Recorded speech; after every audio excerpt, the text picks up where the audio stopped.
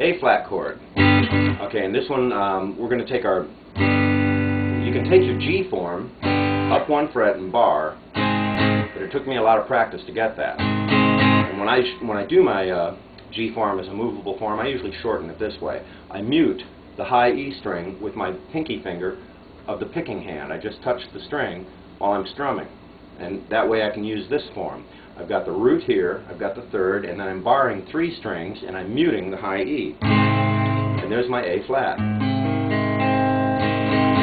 That's a pretty difficult chord. Now there is a shortened version of it that you only have to bar this much, and you hold this note up here, but then you've got A flat over D flat. You've got 5 in the root. And if you can reach across here and get the 3rd in the root, but I usually, that's pretty uncomfortable and I'm not going to need that. The best place to learn an A flat for a beginner is to take that E form movable, the E form bar, up to the 4th fret, and you've got an A flat. Now all the versions that we did with that, with the G flat, work for the A flat. So in other words, you can just get this note in the root,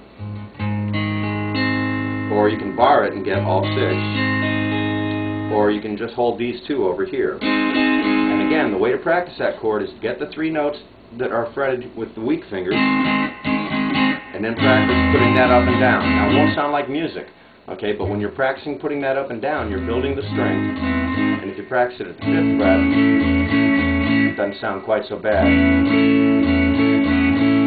You know, if your ear is bothering you, if people are in your house are saying, what are you practicing? You're working on your bar chord, and the 5th fret is a good place to practice that, because the frets get closer, and it doesn't sound quite so annoying